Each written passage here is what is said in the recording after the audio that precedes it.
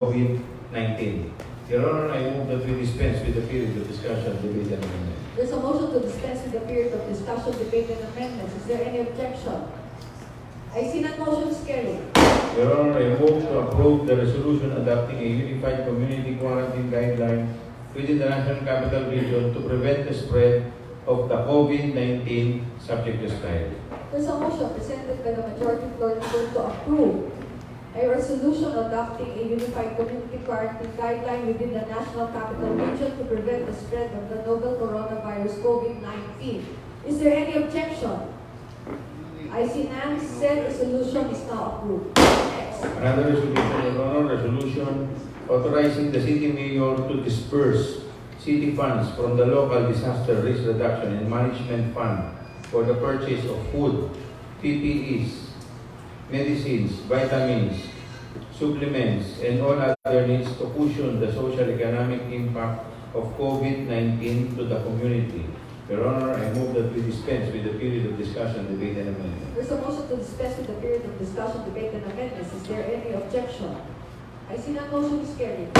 Your Honor, I move to approve the resolution authorizing the city mayor to disperse city funds from the local disaster risk reduction and management fund for the purchase of food, PPEs, medicines, vitamins, supplements, and all other needs to cushion the social economic impact of COVID-19 to the community subject to style.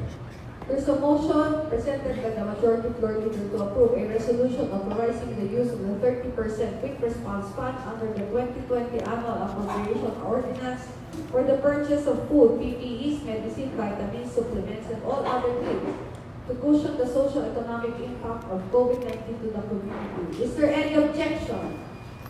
I see none. Said resolution is now approved. Next. Your Honor, we have here an ordinance imposing curfew in the city of Manila from 8 o'clock in the evening to 5 o'clock in the morning during the imposition of the community quarantine pursuant to the resolution of the Metro Manila Council in response to the community quarantine declared by His Excellency President Rodrigo Roa Duterte. Your Honor, I move to approve the said ordinance for first reading. There's a motion to approve said ordinance for first reading. Is there any objection? I see none. Motion is carried. 1 minute to 6 seconds. Recess is declared by the chair.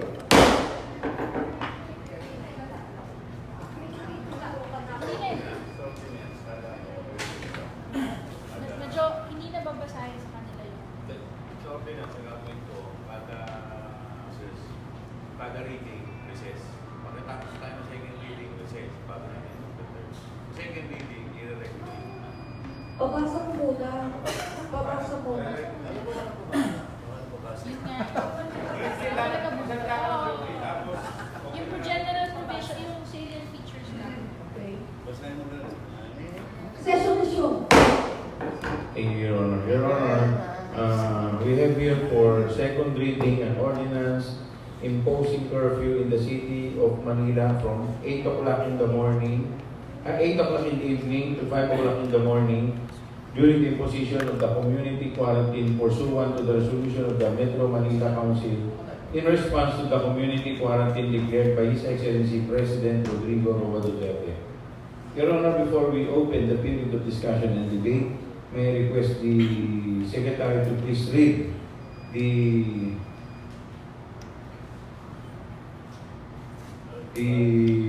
draft ordinance. Mr. Secretary.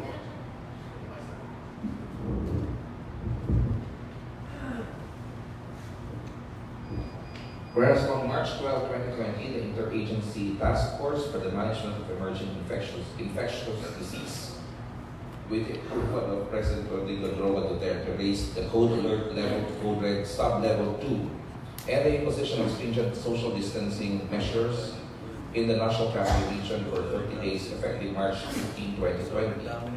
Whereas the Metro Manila Council during the meeting held on March 14, 2020 agreed to pass a resolution for all local government units in NCR to pass an ordinance implementing a curfew for all residents and persons in the jurisdiction of the LGUs between 8 p.m. to 5 p.m. to further implement the social distancing measures to contain and delay the further spread of the COVID-19 virus in the metropolitan area, and to the whole country. Whereas this measure is necessary during the duration of the imposition of the community quarantine ordered by the President, now therefore be enacted by the City Council that Section 1, imposition of curfew hours, covered persons. There is hereby imposed curfew hours for all persons in the City of Manila between 8 o'clock in the evening to 5 o'clock in the morning during the duration of the community quarantine imposed by the national government. Section 2, exceptions. During curfew hours, no persons shall be allowed in the streets, commercial establishments, recreation centers, malls, or any other areas outside the immediate vicinity of their residence, except in cases of emergency or for the purpose of purchase of food and essential basic necessities and prime commodities and work-related travels. The movement of cargoes within the City of Manila shall be unhampered. Section 3, role of the barangay. The punong barangay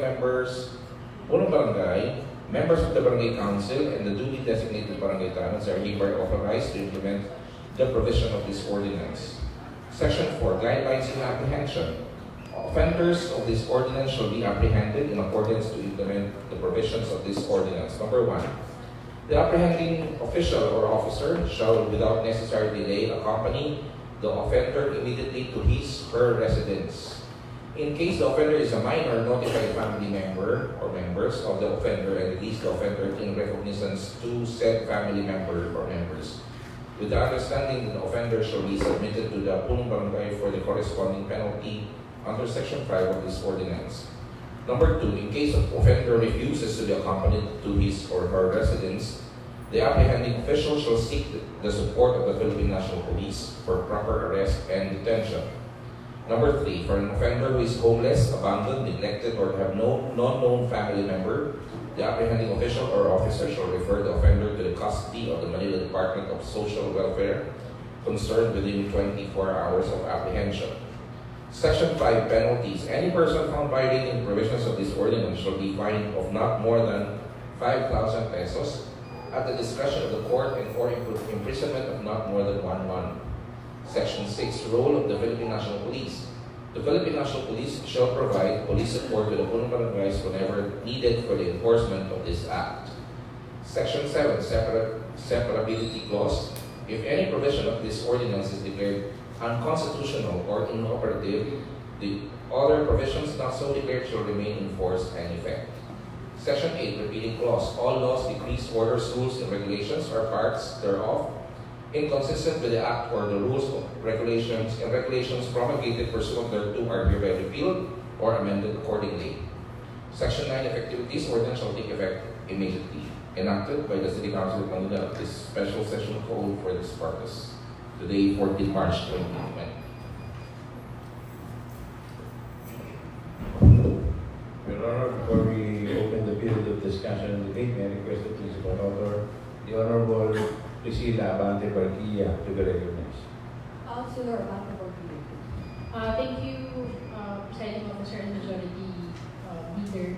I will just discuss the salient features. All persons, seniors, minors, lahat po, residents or otherwise, if they are within the jurisdiction of the City of Manila, they will be covered under the curfew rules of this ordinance. They will not be allowed in the streets, commercial establishments, recreation centers, malls, or any other areas outside their immediate vicinity of residence from 8 p.m. to 5 p.m. 5 a.m. The ordinance regarding the curfew for minors is already implied to be covered by this ordinance for the duration of the community quarantine. The exceptions would be in cases of emergency or for the purpose of purchase of food, essential basic necessities, prime commodities, and work-related travels. So for those who are working on the night shift, if they will still be required to report to work, or their commute of travel from their place of work to their residence in the City of Manila will go beyond 8 p.m., provided that they will be able to show proof of their office and residents, they will be exempted from the curfew rules. The movement of cargos within the City of Manila shall be unhampered.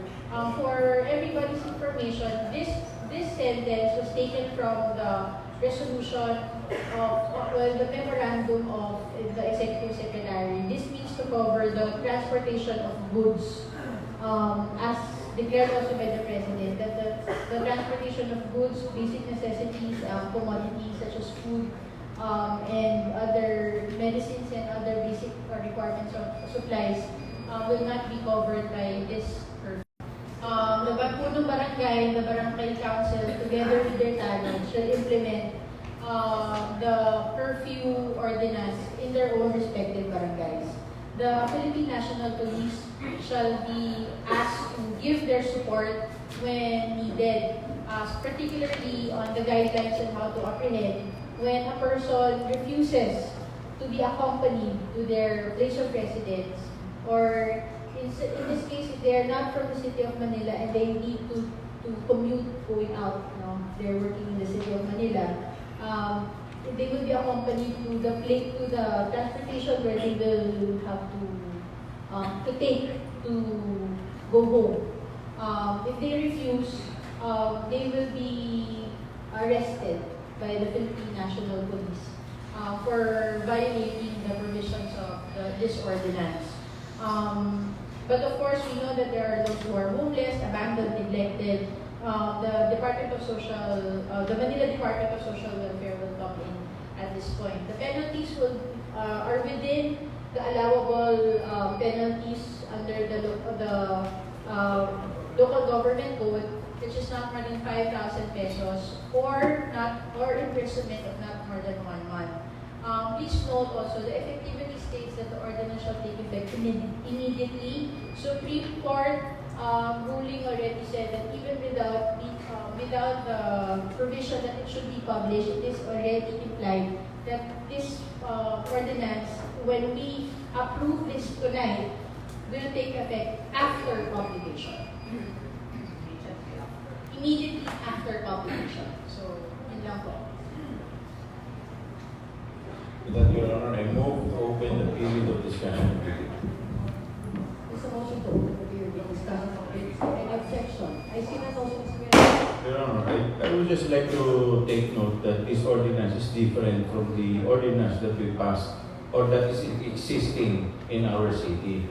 Because that ordinance was, number one, the difference is that the previous ordinance was for minors, applicable to minors. And number two, the number of hours is different also. Dito po, 8 to 5 in the morning. Dun sa previous is 10 to 4. So, and number three, this ordinance is temporary in nature. Unlike the other one, it is existing even after this emergency.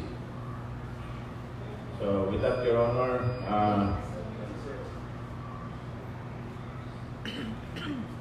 Councilor, open na tayo ba? Councilor Leland Manila. Salamat po, Your Honor. Narinig ko po kasi kanina na ang mag-a-assist po sa aming mga punong barangay ang PNP. Kung pwede po, mabigyan po ng kopya ang mga barangay chairman ng hotline na numbers po na pwede po namin tawagan in case kami po ay humingi ng assistance. Sige po, ipapaalam po natin sa kay General Balbo. Councilor Jong Ernesto Isichu. Thank you, Your Honor. I'd just like to express my full support to this very timely and important ordinance which criminalizes violators of this curfew because due to this type of state of emergency, where the entire NCR, Metro Manila, is under state of community quarantine, we have to limit the movements of all of the Manilans. When I was watching the press conference this afternoon of the MMDA, they stated that all of us in Metro Manila, which is subject of the community quarantine, are considered as persons under monitoring. Correct. So all of us, we don't know if some of us or all of us are already infected. That's why we are surprised that every hour the number of infection keeps rising. As of now, before we went on recess, it's 98. Now it's 111. So we really have to limit the movement of all of us, especially during that month. So as to limit the movement so as not to spread the virus. According to the information given by the MMDA, the population of Metro Manila by day is 12.8 million, and that night is 10.3 million. So the 10.3 million is the target number of people which we intend to limit or curtail the movement of these people so as not to spread this virus. And also, Your Honor, I would like to emphasize that there are certain exceptions to this ordinance which was specifically mentioned by Honorable Abante. Those who will purchase food, and the keyword here is essential, basic necessities, and prime commodities are exempted from the provisions of this curfew ordinance, as well as those work-related travels, yung mga night shift po. Kaya lang po kailangan pakita po sila ng ID or Certificate of Employment or barangay clearance na nagpapakita po na sila po ay nagtatrabaho sa specific company within the City of Manila, and that their shift is from 8 p.m. to 5 a.m. Yun lang po. Thank you, Your Honor. Councilor Garcia? I would just like to add, there is a Republic Act 1132, which was mentioned also by the memorandum of the Executive Secretary. It is the law that gives the provision for how the country will react to epidemics and pandemics such as this. It also provides violations and penalties. The penalties under the Republic Act 1133-2 is higher than the penalties prescribed by this ordinance. This ordinance, when we pass this, will be considered as a special law. They can still be implicated and charged under the Republic Act 1133-2. So just to underscore the gravity of the situation that we are trying to curtail, if you violate the provisions of the curfew, you can be liable under this ordinance and the national law. Councilor Philip Lacuna. Your Honor, I just have a question with regards to this ordinance. Your Honor, my question is how are we going to deal with Manila residents?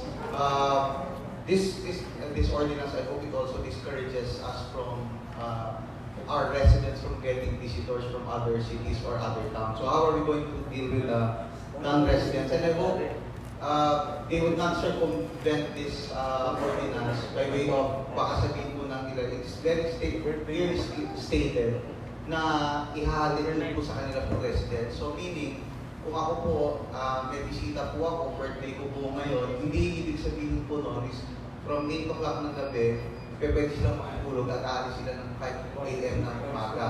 So how are we going to deal with non-residents, and how are we going to discourage our residents from not accepting visitors and letting them stay overnight in our For your information, lahat po ng cities, as we speak, ina-adapt na po itong curfew na to. Because that was the unified stand this morning, kaya nga they came up with this resolution. All we are doing now is adopting what all the city mayors and municipality have agreed upon this morning.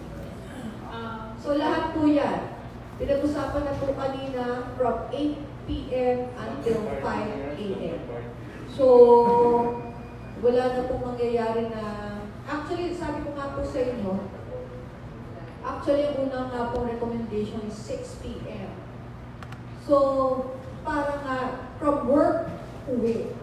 Kaya lang, we gave 3 hours para pinagkasunduan para dun sa mga manggagaling sa trabaho, if they need to buy the basic commodities, they will still have time to do so. Yun lamang po.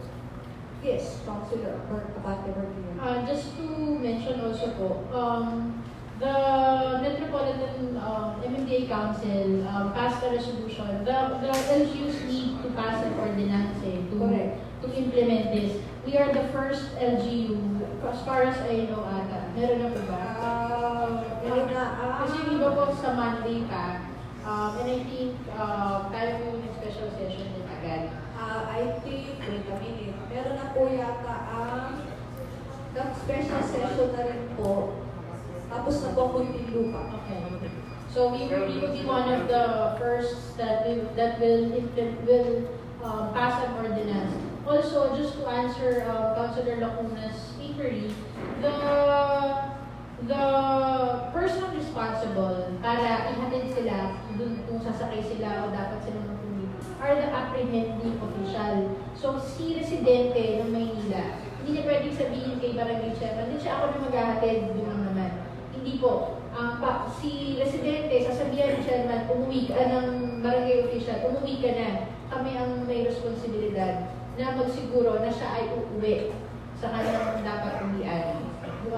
So, hindi po talaga pwede na ako sasabihin ko, iyahatid muna kita. So, kailangan po yung barangay official. Open. Yeah. Kaya mo sa alam mo.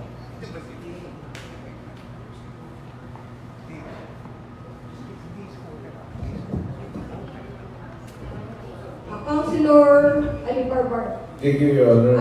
Before you continue, it was already recommended by the Department of Health through ASEC, Rosario Bergere, na lahat po ng mga outpatient departments natin isasarado na. So, alam naman yung mga outpatient departments natin, yan lang yung mga nagpapa-regular check-up, diba? Yung hindi sa emergency. It was already recommended for closure kasi nasa swap na nga tayo eh. So, emergency cases na lang. Upon recommendation. So, probably, mag-uusap-usap na po ang mga konsiral. But, I'm sure po sa Tondo po, ang nag-address po because they have dialysis patients who are immunocompromised. Alam na pong sasarado na nila ang outpatient department natin. So nakikiusap po ko, kung meron naman po kayong mga malalapit na mga constituents o nakikinig po sa inyo, do not swap the emergency room kasi gusto lang niyo magpa-check up na hindi naman emergency. Councilor Arnibalba. Thank you, Your Honor. Ako po ay sumusuporta rin po dito sa nasabing ordinansa nito. Pero nais ko lang po sana ipadagdag din, tulad na nasabi kanina ni Liga President Lila Lacuna, ang hotline numbers ng PNP. Sana po may isama rin din po dito yung pong hotline numbers po ng DSWD. Kasi as we all know, halos lahat siguro ng mga barangay may mga cases po ng mga homeless na natutulog. So, ito po ba ay kapag ito po ay sinita ng barangay, si barangay po ba ang magsasakay dito? At saan po ba ihatid? Dito po ba sa RAC? O tatawag po kami sa RAC para ito po ay sunduin?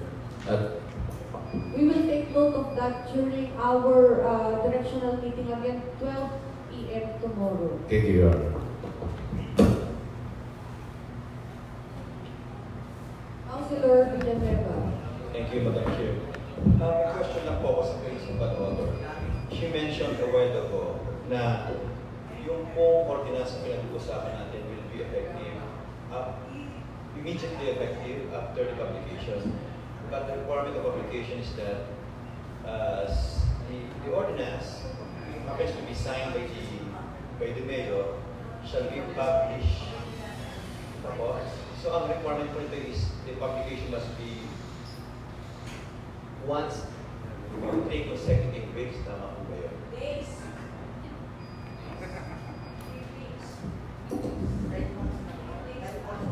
Kasi meron pong tatlo eh. So, saan po ba mag-i-reckon yung application?